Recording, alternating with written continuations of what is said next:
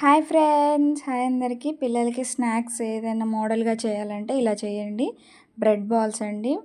Bread తోటే balls రావు కదండి. అందులో ఒక బంగాళదుంప మనం బాగా మెత్తగా పేస్ట్ లాగా ఉడకబెట్టుకోవాలండి.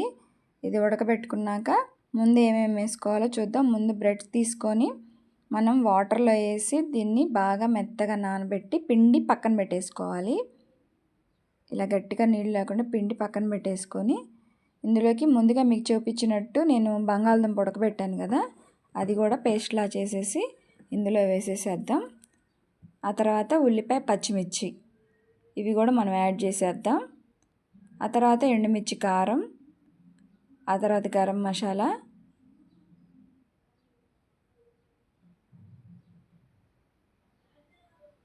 గరం మసాలా కూడా వేసుకున్నాక సాల్ట్ వేసుకోవాలండి, కొంచెం సాల్ట్.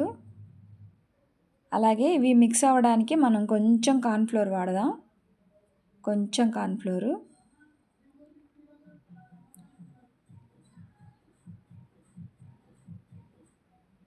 కార్న్ఫ్లోర్ కూడా వేసుకున్నాక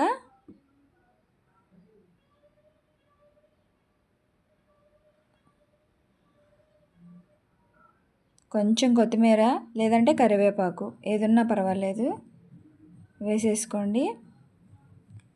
ఇప్పుడు బాగా మిక్స్ చేసుకుందాం. మిక్స్ చేసేసి బాల్స్ లాగా, ఎలా అంటే బాల్స్ రావాలి, చేతికి ఇలా చుడితే బాల్స్ రావాలి. అలా మిక్స్ చేసేసి పక్కన పెట్టేసి మనం ఆయిల్ పెట్టుకుందాం. అంతలోకి హీట్ అవుద్ది.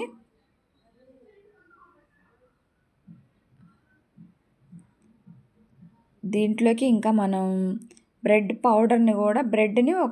పౌడర్ కూడా చేసి పక్కన పెట్టుకున్నాం. ఇప్పుడు బాల్స్లా చేసి చూపిస్తాను. చిన్న బాల్స్ చేసుకోండి, తినడానికి ఈజీగా ఉంటుంది పిల్లలకి. పెద్దవి కాకుండా మనకి ఆయిల్లో కుక్ అవ్వడానికి ఈజీగా కుక్ అయిపోతాయి.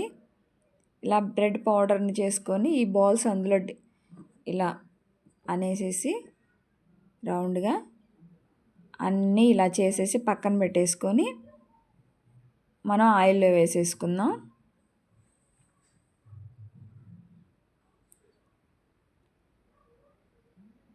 ఇంతేనండి, బ్రెడ్ బాల్స్ రెడీ. సాస్తో తింటే చాలా బాగున్నాయండి బ్రెడ్ బాల్స్. చాలా అంటే చాలా ఎమ్మీగా ఉన్నాయి. ఒకసారి ట్రై చేయండి మీరు కూడా. ఇంట్లో ఏమీ తినటానికి లేనప్పుడు, అన్నీ తినేసాం బోర్ కొడుతుంది అన్నప్పుడు ఇలా ఒకసారి ట్రై చేయండి.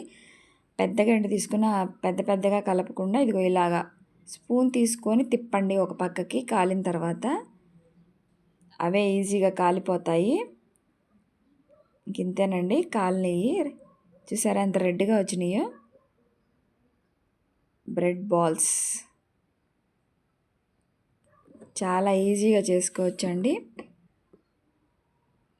నచ్చితే లైక్ చేయండి. చాలా అంటే చాలా బాగున్నాయి బ్రెడ్ బాల్స్. సాస్తో తినేసాం మేమైతే. Thank you so much. నచ్చితే లైక్.